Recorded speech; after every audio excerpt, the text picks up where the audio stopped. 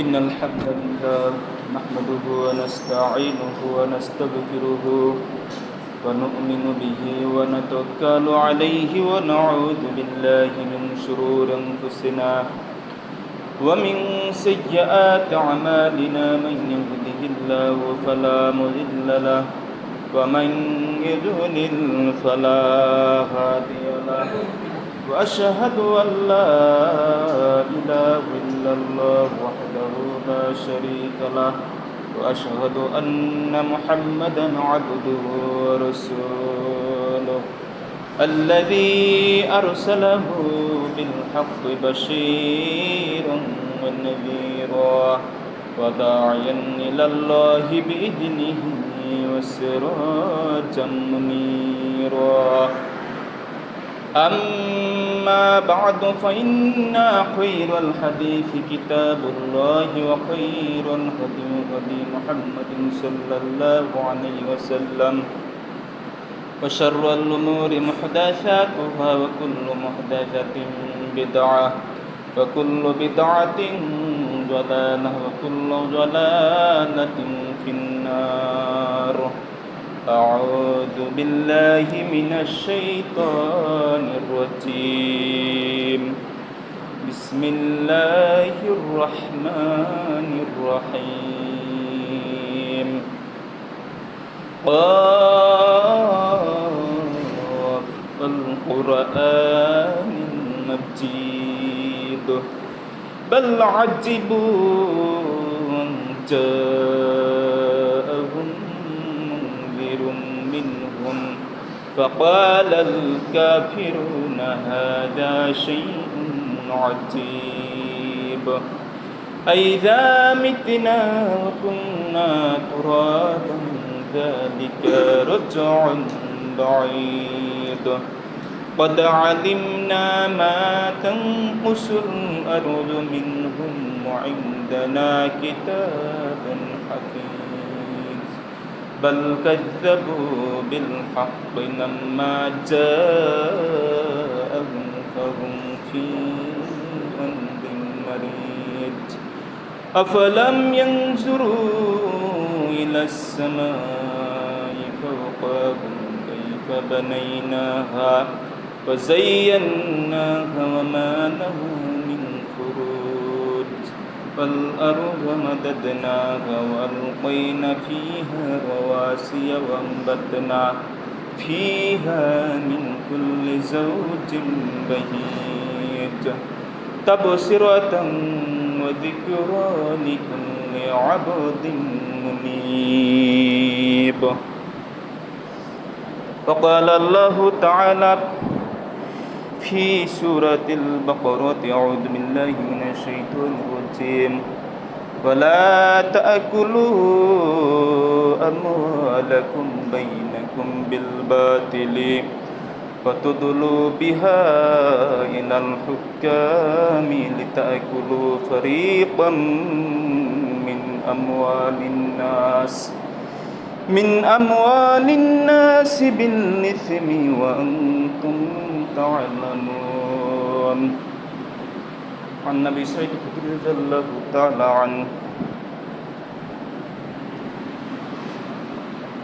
قال النبي صلى الله عليه وسلم من رأى منكم فليغير بيده فإن لم يستطع فبلسانه وإن لم يستطع فبقلبه رواه وهو ضعف الإيمان وعن أبي مسعر رضي الله تعالى عنه أن النبي صلى الله عليه وسلم الكلمة حق أفضل الجهاد كلمة حق عند سلطان جائر رواه الترمذي وقال الله تعالى في شان محمد صلى الله عليه وسلم إن الله وملائكته يصلون على النبي يا أيها الذين آمنوا صلوا عليه وسلموا تسليما اللهم صل على محمد وعلى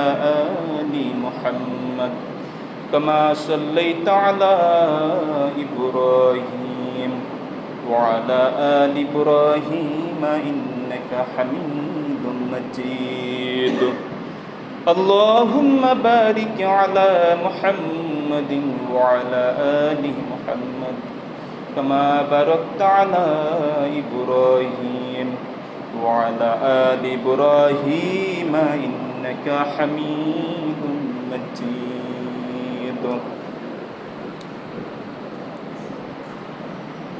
আলহামদুলিল্লাহ সমস্ত তারিফ গুণগান প্রশংসা সে মহান আল্লাহ তাআলার জন্য। সে আল্লাহ তাআলা আমাদেরকে দুনিয়ার যাবতীয় ব্যবসা বাণিজ্য কাজ কর্ম পরিত্যাগ করে জুমার সালাতের জন্য খুতবা শোনার জন্য ওয়াজিব খুতবা শোনার জন্য আল্লাহ তাআলা এবং ফরজ আইন সালাত আদায়ের স্বার্থে আমরা আল্লাহ তাআলা এবং তার রাসূলের সন্তুষ্টির উদ্দেশ্যে আল্লাহ তাআলা আসার তৌফিক দান করেছেন। এই জন্য আমরা বলছি আলহামদুলিল্লাহ এবং রাসূলের উপর দুরূদ সাল্লাল্লাহু আলাইহি ওয়াসাল্লাম। আজকের সংক্ষিপ্ত খুতবার বিষয় হলো অন্যায়ভাবে কারো সম্পদ আত্মসাৎ করা, অন্যায়ের প্রতিবাদ করা।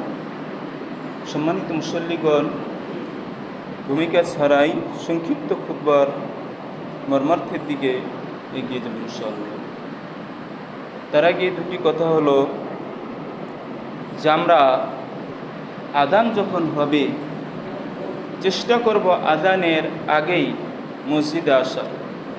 কারণ মুসল্লি যখন আসে দেখা গেল কেউ আসে মাঝে, কেউ আসে লাস্টে এসে আবার ফার্স্টে চলে যায়, যার ফলে খুতবার শুরু থেকে শেষ পর্যন্ত কি হলো এটাই কিন্তু উপলব্ধি করতে পারে না, এখান থেকে শিক্ষা গ্রহণ করার সুযোগও পায় না।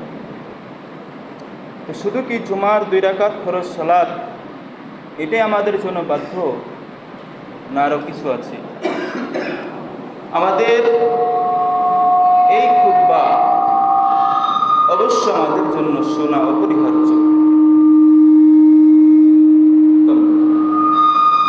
মহান আল্লাহ তাআলা বলছেন যে ওয়াইদা রাউ তিজারাতান আও লাহওয়ান ফাদু ইলাইহা ওয়া তারাকুকা কাইমা। আগেকার যুগে রাসূল সাল্লাল্লাহু আলাইহি সাল্লামের যুগে, প্রাথমিক যুগে আল্লাহ রাসূল খুতবা দিতেন জুমার সালাত শেষ করে। এরপরে কিছু কাফেলা আসতো ব্যবসা বাণিজ্য করার উদ্দেশ্যে। যখন আসতো তখন লোকেরা বলতো যে আমাদের জুমার সালাত তো হয়ে গেছে, এখন আর না বসলেও সমস্যা নাই। এই মনে করে তারা মসজিদ থেকে, আল্লাহ তাআলা বলছেন ওয়া তারাকুকা কাইমা, আপনাকে তারা দাঁড় করিয়ে রেখে ছেড়ে চলে যায়। অর্থাৎ ওই কাফেলার দিকে অগ্রসর হয়, ওখানে তারা ক্রয় বিক্রয়ের জন্য চলে যায়। আও লাহওয়ানিন ফাদু ইলাইহা, এখানে আল্লাহ তাআলা তার আগে বললেন যে তারা কিছু ক্রীড়া কৌতুক করার উদ্দেশ্যে আপনার নিকট তারা আসে। সম্মানিত মুসল্লিগণ, তাহলে এরপর থেকে এটা নিষিদ্ধ হলো যে জুমার পরে খুতবা না দিয়ে আগেই খুতবা দিতে হবে, যাতে মুসল্লিরা চলে যাওয়ার সুযোগ না পায়, তারা জুমার খুতবা শ্রবণ করে তারপর সালাত আদায় করে। তো মুসল্লিগণ, আমরাও চালাক মুসল্লি হয়েছি যে সময় তো 45-50 জামাত শুরু হবে, ওই সময় গেলেই হবে, তার আগে না গেলেও সমস্যা নাই। এটা আমাদের মনের অনেকের ধারণা। অনেকে আবার কাজের দোহাই দিয়েও পিছু টান মারে। এটা করা চলবে না।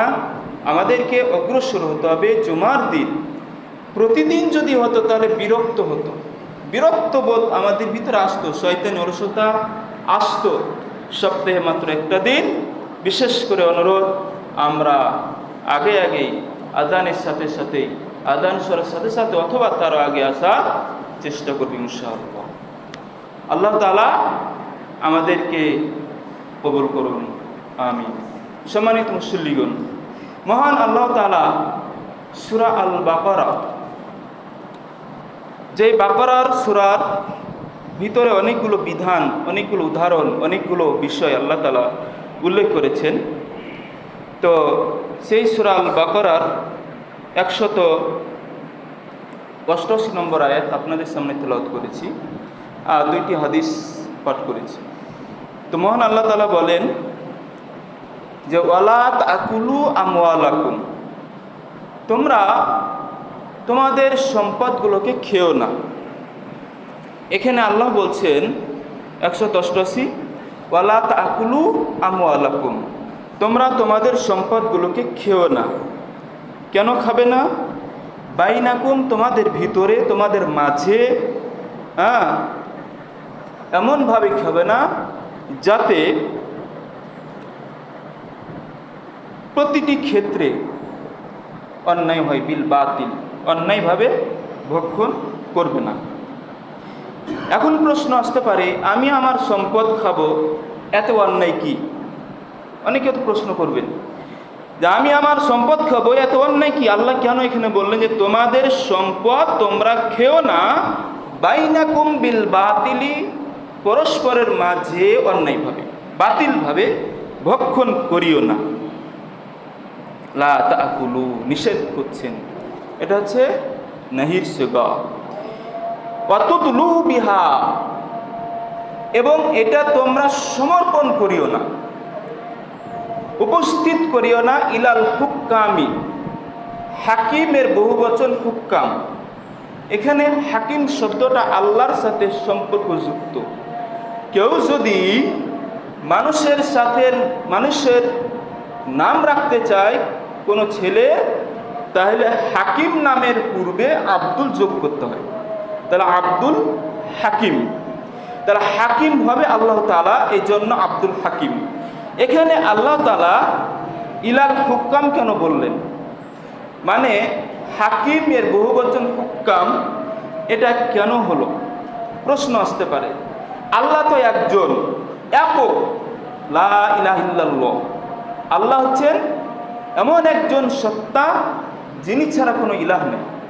তো এখানে হুক্কাম মানে বহু বচন ব্যবহার করা হয়েছে, যার অর্থ হলো কি হাকিমদের নিকট, বিচারকদের নিকট। তার মানে সিফাতি নামগুলো আল্লাহ তাআলা এমনভাবে অনুমতি দিয়েছেন যে এটা আল্লাহর সাথে সম্পর্কযুক্ত, যেমন তেমন সিফাতি গুণবাচকের ক্ষেত্রে মানুষকেও এটা ছাড় দিয়েছেন, মানুষের ক্ষেত্রেও ছাড় দিয়েছেন। যেমন কজি শব্দটা বিচারক অর্থে আমরা ব্যবহার করে থাকি, এখানে হাকিম শব্দটা হচ্ছে আল্লাহ তাআলার বিশেষ একটি নাম, যেটা বহুবচন হুক্কাম হিসেবে মানুষদের ক্ষেত্রে ব্যবহার করেছেন আল্লাহ নিজেই। তাহলে পৃথিবীর যে বিচারকগুলো রয়েছে, এই হাকিমদের কাছে, বিচারকদের কাছে তোমাদের সম্পদগুলো অর্পণ করিও না। সেটা জমি জমা হোক, টাকা পয়সা হোক, অন্য কোনো সোনা দানা, রূপ, অর্থ, যে কোনো সম্পদ হোক না কেন, আল্লাহ তাআলা কথা বলছেন যে ওয়ালা তাকুলু আমওয়ালাকুম বাইনাকুম বিল বাতিলি ওয়া তুদলু বিহা ইলাল হুকামি, তোমরা অন্যায়ভাবে বিচারকদের কাছে তোমাদের সম্পদগুলোকে তোমরা অর্পণ করিবে না এবং অন্যায়ভাবে ভক্ষণ করিও না। কেন? লিতাকুলু, এই জন্য তোমরা ভক্ষণ করিও না যে এই ভক্ষণ করাটা হচ্ছে ফারিকাম মিন আমওয়ালিন নাস, মানুষের সম্পদের ক্ষেত্রে একটি দল, কিছু অংশ তোমরা ভক্ষণ করে ফেলো, সেটা হলো বিল ইসমি, পাপের মাধ্যমে, ওয়া আনতুম তা'লামুন, এবং জেনে শুনে এটা তোমরা করে থাকো। এখন এই আয়াতের সরাসরি অনুবাদ শুনলাম, বিষয়টা কি? বিষয়টা আল্লাহ তাআলা পরিষ্কার করেছেন বিভিন্নভাবে আল্লাহ রাসূলের মাধ্যমে। এই সম্পদ, এতিমদের সম্পদের একটাই দৃষ্টান্ত দেওয়া যাক, যে এতিমের সম্পদ মানুষ নিজের চাচা, নিজের বাপ,